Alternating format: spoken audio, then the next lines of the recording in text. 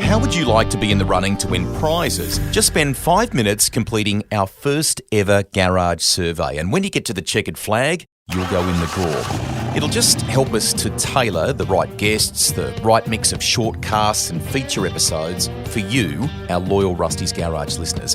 And we can also ensure the advertising is palatable to you and so it works for our partners.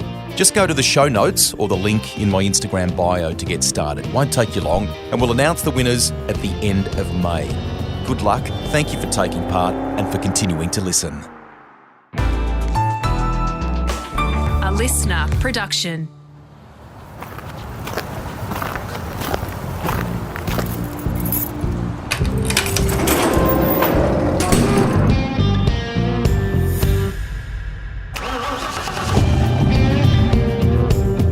I'm automotive commentator and journalist Greg Rust, and this is Rusty's Garage.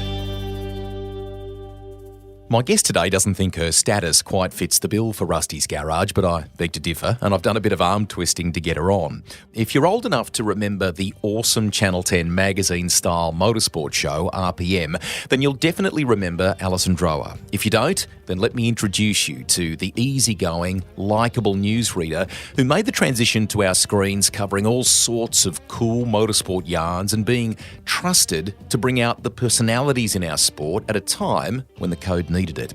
10 had acquired the rights to what became supercars and amassed this portfolio of categories that made the station the home of motorsport at the time. That wasn't just a slogan. It really was the place to get your fix. From MotoGP to World Rally, touring cars, and later Formula One. I was fortunate to play a little part in it, and it remains the most joyous time of my working life. Yes, it came with stresses and strains. That's because some good people behind the scenes pushed each other to be the very best in covering the premier 2- and 4-wheel classes with an Australian flavour. There's a bit of pioneering stuff in all that too back then. We digest stuff differently now, right? So we'll probably never see a show like this ever again, or certainly not to the same impressive lengths they went to anyway. As you'll hear, Alison got to work with the legendary announcer, the late Doug Mulray, on Triple M, and spent time at MTV as well. We'll relive a couple of unforgettable moments, like the time she made Neil Crompton blush and burst out laughing with a gag while they covered Targa Tasmania. Plus, what she's doing now, how motorsport is still a big part of her life, and how her son is impressing on the supercars pathway, having starred in Toyota 86s and a whole lot more. Here we go. Hope you enjoy a blast from the past. I'm pleased we've tracked down Alison Drower. Hello, Alison Drower. How are you? I am super excited to think that I've made the cut. Well, I've made the cut, mate. You know, they always say there's a milestone in one's career. This is it. This is it for me. So, stop it. So, no, Stop it. It's a pleasure to be here. I'm still dumbfounded, but excited to have a chat to you about the old days. It's great. It's great to catch up on so many fronts, right? So let's kickstart with early kind of life and time, where you grew up. I'm told you were a school captain too. Is this true? Yeah. I'm a Wollongong girl. I was school captain. And yeah, so, you know, Wayne Gardner was God in our world. Actually, Wayne didn't live far from us. Used to tear up the nature strips, just drive everybody crazy. And I went to school with his sister. So, so, you know, that was sort of, he was God in our world. But no, I was school captain. I was a little bit of a, you know, Pollyanna. But I always loved my music, you know, and I sort of really thought that career-wise, you know, I would be heading into something with music after, you know, fleetingly thinking about a flight attendant, you know, career. But, I ended up in my local radio station. And so good. That's kind of how I kind of got into media. Cool. So let's talk firstly about the love of music, right? Because I would imagine, because you're celebrating more or less 40 years, aren't you, in media, basically, right? Yeah, you're young. You're young. Now, so does that mean was it In Excess, the models? What were the bands that were, you know, the flavour of your childhood kind of thing? Aussie crawl at Dapto Leaks Club, mate.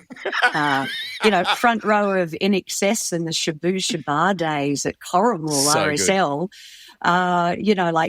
That was, the idea of being able to get up close and personal to that genre of rock and roll in those days is just so different to the huge festivals and things that kids go to these days. But I always, every Friday night we'd go out and get on the Mateus wine and have a bit of a dance to moving pictures, or, Cold Chisel would come to town. So it was always, and then turn up the next day to rock a breakfast shift with a 4 a.m. start. So, that's what being young's all about, though. Isn't a lot of love for that sort of music and supercars, which is a part of your world now. The Shabu Shabar takes me back because I, as a little tacker, I don't know, would have been maybe 11, I can't remember, I made a successful phone call to 2SM Rock of the Power in Sydney, and I won that album. It was the first ever thing I'd done on kind of radio as an 11-year-old, and I won, and I still have it. I love that album, Shabu Shabar. Classic so cool. album. And I bet Charlie Fox was the DJ that gave that away. And it's so funny because later on I used to listen to Ian Grace and Charlie Fox and Ronnie Sparks and 2SM. I was with you, same kind of, with the same vintage. And then to actually have Charlie as my content director a little bit later on in life, I used to sit there and shake because, 2SM was as big in those days as what Triple M was in the 80s in Sydney. It was a huge part of the culture. Was there ever a plan B for you, or was it sort of in high school, you were in love with media, you only ever wanted to kind of follow that path? Well, I really wanted to sort of be a music programmer, Yep. I played classical violin as a child. Really? And then gave it up for ABBA because Countdown, Mum said it was a lot cheaper to just, put Countdown on than pay for violin. But so music was sort of always something I sort of thought, I love radio. I used to listen to it late at night, and I used to love the way they used to schedule songs and things. But I went to do work experience, and they ended up putting me in the newsroom because they really didn't have work experience for anyone in content. And, that's how I ended up in news.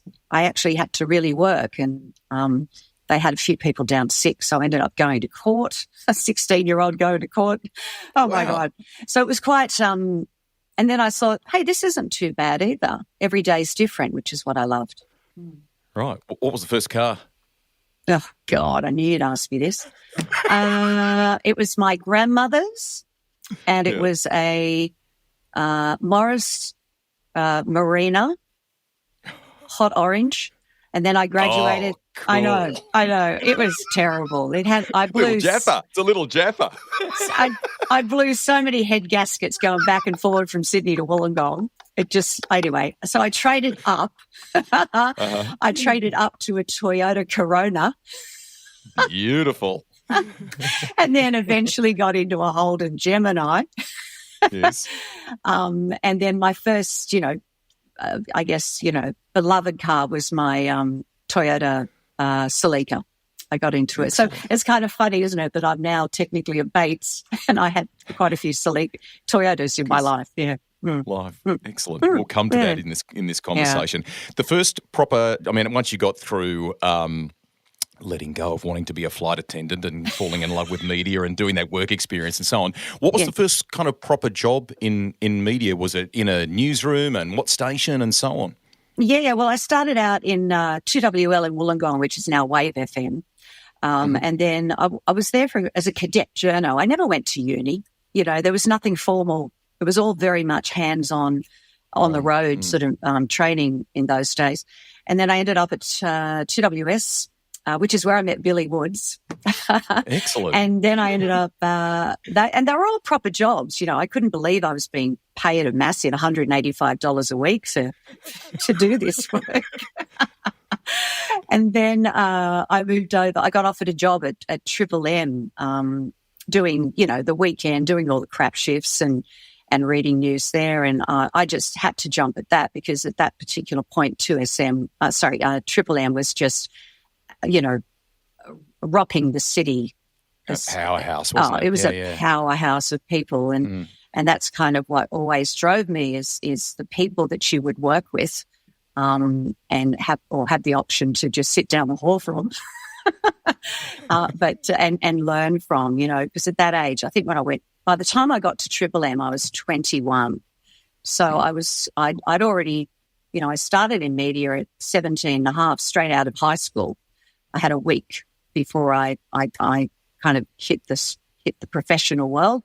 But never really thought I missed out on anything, like a gap year or something, because that was just what I wanted to do. Yeah. We are a little bit last bastion like that in terms of being hands-on, that hands-on learning thing. And I still think that is such a valuable asset now, but you would tell youngsters who are potentially wanting to follow in your footsteps, look, you need a degree of some kind, but then what you learn when you're in, at the station or whatever is so invaluable. So were there kind of mentors? Was it people like Billy or others that gave you little bits of help along the way? Yeah. Well, Glenn Daniels, yes, sadly passed away now. He was a terrific influence. Goodness me, like mentors, everyone was a mentor. David White, Margie Bates, there were a lot of content people that were mentors, Hardy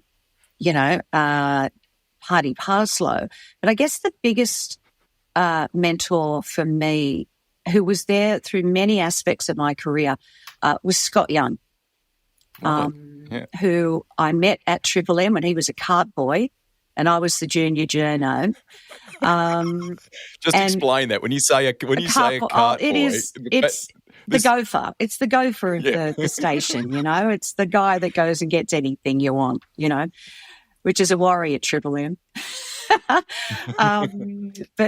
And again, having his career kind of ran concurrently, like in that he ended up at MTV at Channel 9, and they were looking for someone to help write Richard Wilkins scripts as host, because MTV came to Channel 9 in the 80s before it became a Foxtel or a 24/7 station. And then Scott, of course, moved from MTV to Channel 10 for the motorsport. At RPM. So that's kind of how my career sort of divergently followed him. Yeah, exactly. Yeah. So he's gone on to do some great things, hasn't he? He's got an amazing title now, and working very successfully in Europe and the UK. You've piqued my interest in a couple of things here, just on the Triple M side, if we can explore that, if you don't mind. Right. So you go there in the heyday, right? What are we talking? They're probably like 1 million listeners. I mean, it was off the scale compared to now, wasn't it? Yeah, I mean, they talk about Kyle and Jackie O at the moment doing well with, 11%, 12% of the audience. Doug Mulray show in the 80s was pulling 30%. Crazy figures. So to be part of that juggernaut, and it was a different time too, though, Rusty. It was where media was very much part of the entertainment industry. You felt really part of it. There wasn't that corporation pressure of shareholders and bottom lines and that sort of world. You didn't really, either you didn't want, they didn't tell you about it, but they didn't have to, because they were just. It was just the 80s. And the 80s was something that, it's very hard to explain that to the generation these days, that what you did get up to in the 80s, and it was pretty wild. We probably have to hire a bondage and discipline room to get a word out of him. Oh, Doug. I wrote all my best stuff for you. You remember both those things? Yes, I do. Yeah. And I haven't seen much since.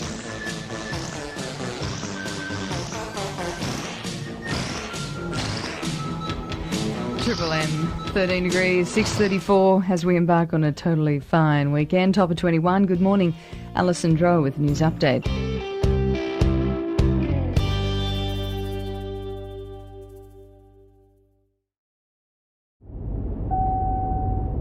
From one star in the television industry to another, you just have to check out Bill Woods in the Garage. There are so many stories that you have to hear from the journalist and broadcaster, including a run-in with the authorities. I present to you Bill Woods at Large.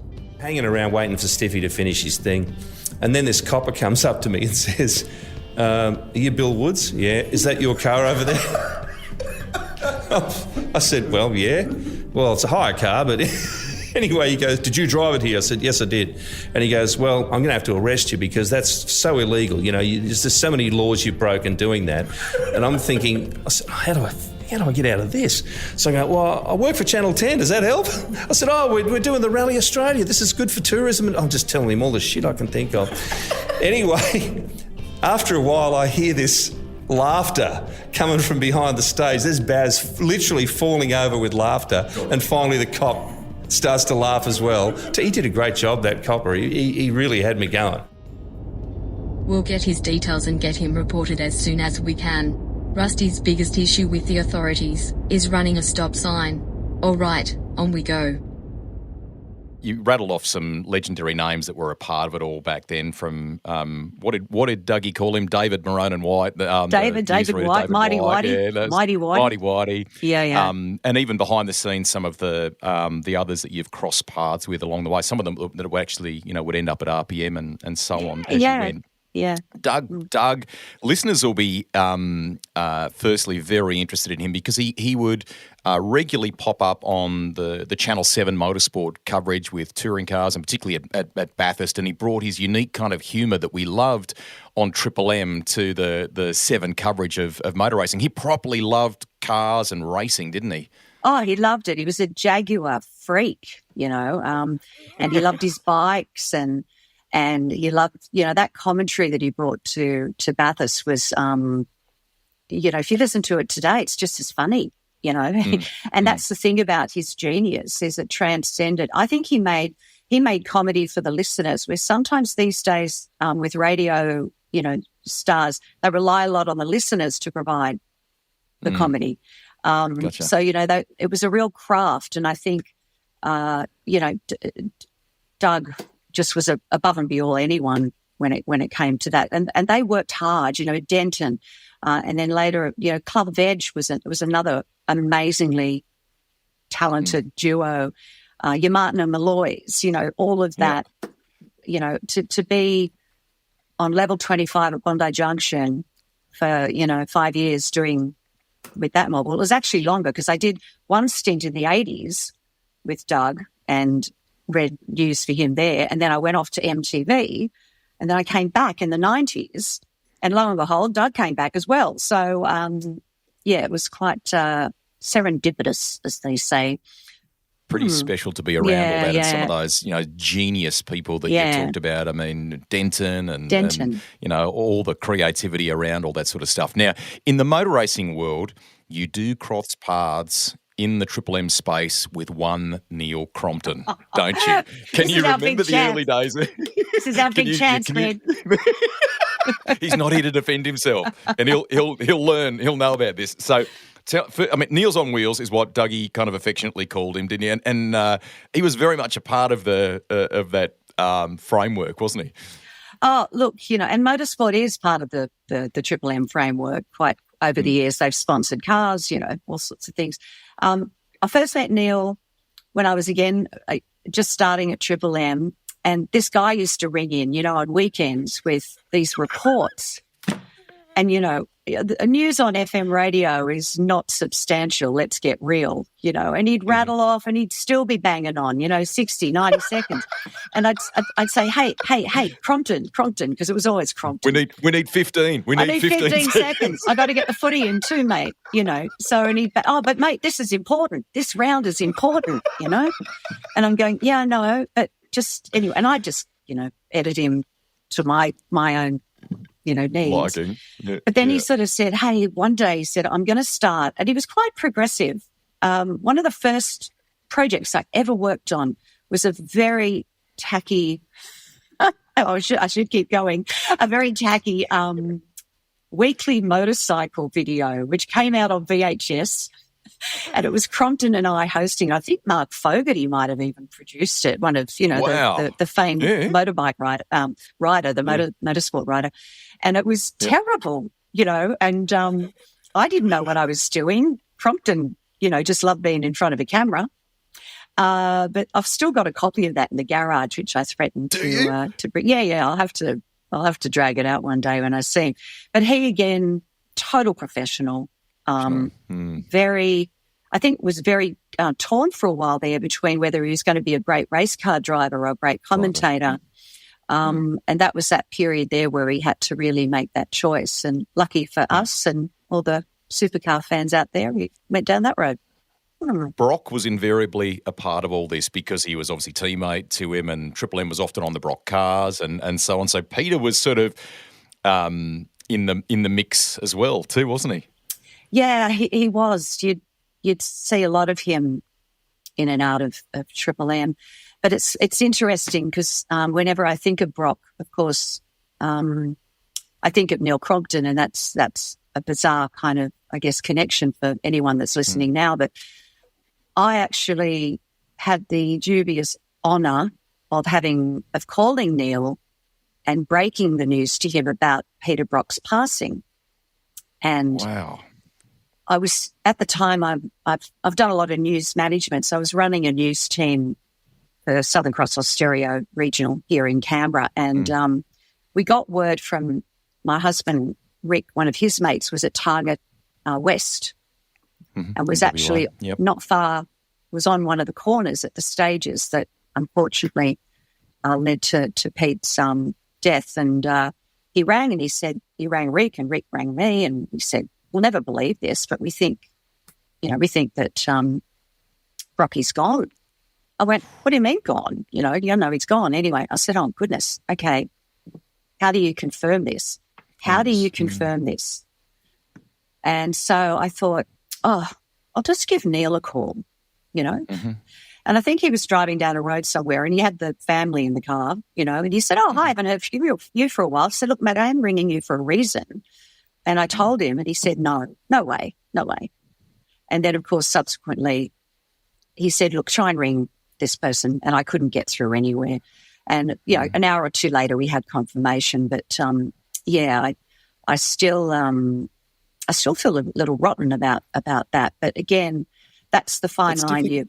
It's the fine line between verifying, because it could have been very, I think there was a media outlet that went to air a little bit too soon on that news, where I think it's important. How do you you use your connections to verify rather than end up with a really terrible mistake. That's a really tricky thing, because on the one hand you're talking ethics, which is super important, right? But obviously, you've developed a friendship with Neil by this stage, and you've known each other at this point for 20, 30 years, whatever it may have been, and you're having to have a conversation like that, and that is tricky, Alison, isn't it? That's not easily done. Yeah, it is, and also the way Neil held himself with that eulogy that day. He was brilliant. Absolutely brilliant. Is something that he should never, ever, he should always be proud of that. That was incredible, the words he wrote that day. And people often forget that. He's a really good writer, producer, and he's a wordsmith, and he's one of the best, Well, we're kind of on this tone very sadly about Brock passing and so on. We've lost in the last little while a couple of them from the Triple M family like that. I mean, not long now, or in real terms, since Doug Mulray left us. A couple of others closer to home, Lou Dimovic, who was part of the RPM family for a while as well. Exactly, exactly, and Stuart Cranny, was the Rock Dog. We had, and the beautiful thing is we did have the opportunity last year to get together for the 30th anniversary of the Triple M generation of that time, and it was fantastic. Doug was there, Rod Muir was there, everyone was there, and he didn't look great, Doug, Uncle Doug, but he was there with Lizzie, and it was just a lovely way to reconnect and really get an understanding of the specialness of that particular era of broadcasting. It's something that, we all hold very dear. And even now, I was down at Winton the other weekend. Zach, my son, was doing a production car race with one of his sponsors. And this guy came up and he just started talking about Triple M. You know, oh, I used to love it. You know, loved it when you did porno traffic with Club Veg. That was cool, you know, and all of that sort of stuff. Or I loved it when you broadcast from that Portaloo when you gave away the house at Penrith, or like he knew everything. You know, what's this guy doing? Yeah, so it still connects, and I think probably Cole and Jack are really the only team at the moment that are coming close to having that real generational connection. Yeah. What I did love about Doug back then, I would have it somewhere. I mean, some of the characters that they did, the skits that they did, and the writing was very clever, and that's probably what sets that period and that chapter apart for me, most definitely. Now, we've brought together Neil Crompton, we've brought together Triple M. Yeah. Let's bring together rally to that conversation because you two did a rally together. Now, I can vividly recall an RPM story, which we'll get to, but was this first ever rally you did not Targa? Was it something else? What rally was it? Where were you? And how did that all come together? No, it was my first ever rally, Targa Tasmania. I mean, if you're going to do a rally, let's start with Targa. And we'd been invited, RPM had been invited to put Neil Crompton in a car. It was just an MG. It wasn't anything, you know, it was just it was like a little, it was just a showroom category, you know, and it was, and it was just going to be 3 days. And they said, okay, well, let's turn it into a story for the show. And I went down as a co-driver. I was clueless, you know, just totally clueless about. Who taught you though? Did you go and learn some pace notes? What'd you do? Yeah, I went and sat at Coral Taylor's kitchen table, and she gave me a navigating for dummies overview. You know, but the other thing too, the pace noting came the second year. The first year it was really we had some dispensation because we were only in the car as kind of VIP, you know, immediate people. But no, Coral gave me some lessons there. I still, you know, right 5 into left 5 over crest, 100, caution, all that sort of stuff.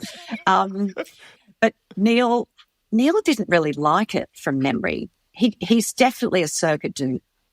God, yeah. He prefers. Can I interject here? If memory serves, when you did this story, A, you made him blush, B, you made him laugh really loudly. Because you used a line about kids, if you're listening, this is a gag, a play on words, right, which you're great with from your radio days. You said something about Crompo, can I show you my map of Tassie or something or other, didn't you? It was awesome. Mate, I've never seen him speechless, but I teed up with the cameraman, Dean Henderson. I said, Dino, Legend. I'm going to play this joke on Crompton. We're going to do a piece to camera to set up the day, yada, yada. We're sitting on and I've got the map out. You know, and Crompton's getting all technical about tyre wear and blah, blah, blah. And I was just sort of said, well, Crompton, he goes, yes, Ali. He goes, I bet you never thought you'd be sitting here looking at my map of Tassie. And he just went, and I said, tish boom. And it's so funny that, again, that's something that, you know, that sits with the, you know, the motorsport, the RPM fans for all those years ago, you know, like that you do get that every now and again. But also Crompton was very gracious enough to understand that, you know, RPM was entertainment. You know, that was the brief that we got when we started that show. It's we're going to try and make these guys, you know, the guys doing the V8s, you know, we're going to make them household names. So we're going to make them, you know, we're going to find their personalities, and we're going to find that entertainment in the product. Yeah, that was one of them. Let's delve into that topic a little bit if we can, because it'll represent a good chunk of this pod, right? So firstly, you're at MTV, which was kind of groundbreaking at the time. Richard Wilkins is there, as you talked about, and so on. How long were you there for? And at what point does the opportunity to go to RPM for Scotty Young and, you know, I mean, 10 obviously acquiring the rights in whatever it was, 97 and stuff, was that the time that it all kind of started to come together? Yeah, well, I kind of finished up with MTV, sort of finished up about 91. And so I went back to radio, and that was my full-time gig. And I was, I might have been a little earlier than that. I can't quite remember, because I was at Triple M for the Sydney Olympics. I remember that. But so MTV kind of wrapped up in the late 80s, early 90s, and I went back to Triple M, got a news job, got back into. I've been a little ginger about TV after that because it was, it was a different genre, and I was pretty happy to be back in radio. And it was through Scott going from MTV to Channel 10 when they, as you said, they ended up with that huge sweep of motorsport. That they said, let's create a showcase program for that. And quite, I'll be really blunt, we need a token female. And because I'd had, association with Scott, Crompton, Billy Woods, it was a very easy kind of fix. And I was quite happy to just sort of have a dabble because I really didn't know what I was doing, I'll be honest. I was pretty clueless.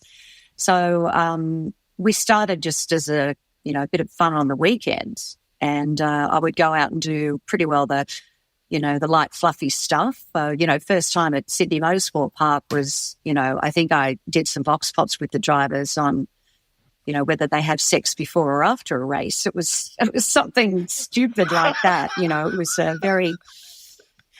I still remember Mark Scaife looking at me like, what the hell is this about? But again, it was part of that ability to find that personality, and bring something that was a little bit lighter to a Sunday afternoon program. A lot of it seemed a little bit sort of magazine-y or lightweight, in the content context. But the other thing is we wanted more women to watch the program, and these days, you only have to look at Drive to Survive. They've got a 45%, females, audience skew with that. And I didn't mind. I had a full-time job, so it was just more a bit of fun on a weekend, to be honest. And it wasn't really till I got to Bathurst that I sort of thought, far out, this is cool. This is really cool. So, you look now at, some of the programs around, women in motorsport and so on. I don't know that was necessarily perhaps something you thought about back then, but you're obviously reflecting on it, among those that were pioneering kind of into that space in some respects. Do you pause and think about that now? Yeah, I do a little. I kind of quite like the idea of trailblazing. I have found myself at various times in my career being the token and working out how to find that fit in the product or the show or the content. And it is very different now, and I look at the Rihanna Creans and I look at Jess Yates, back in the 90s at RPM, the idea of having a female anchoring a motorsport coverage, would just never have really even been tested, to be honest. So to see Jess doing that now and doing it so confidently is just terrific. And Rihanna she knows her stuff, she can read the race. They're not faking it. They are there because they're the real deal. And I think back in my day, I really had a crash course, for want of a better term, in trying to get a grip on quite a few genres of motorsport, like rally and MotoGP, and but also being able to hold your own in what it was a very male-dominated space for a very long time. Much fun though. I've always enjoyed working with blokes. I've just found myself, in situations where, it's never been difficult. I've never had any issues. It's always been a very generous, nurturing, inclusive environment, which I think, a lot of people don't think it could be, but it is. It is.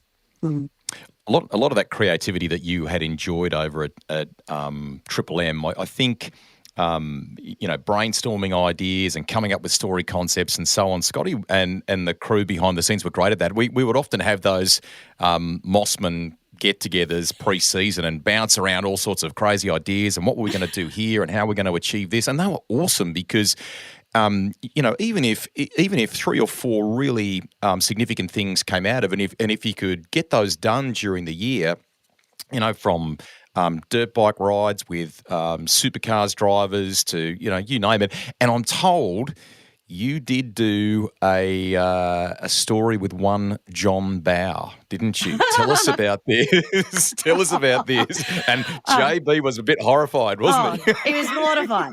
Okay, let's do a story on John Bow Driver Training School. Let's send Ali, who can't drive a manual, and let's send her to Winton. And so we get to Winton, he goes, okay, and he goes, I said, I can't drive a manual, John. I can't, I'm sorry.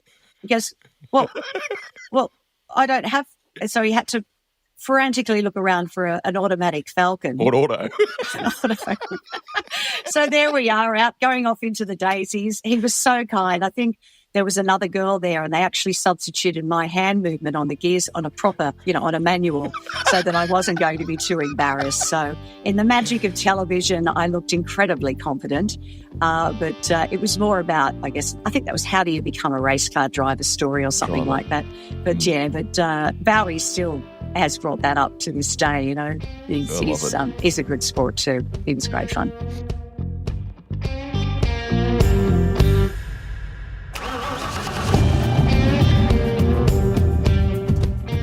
That's the end of part 1 of my feature episode with Alison Drower, but we're only halfway through this Life and Time GP with the former RPM reporter who was there in the early days of 10's rise to become the undisputed home of motorsport. When you're ready, there is a part 2 waiting in the garage library for you to enjoy, from magic moments making telly at the track, in the forest, and with an access all areas pass that took fans on a backstage tour, to the work she's doing now, and how motorsport still plays a big part in her life as her son chases the dream of racing full-time in supercars. It's all ahead here on Rusty's Garage.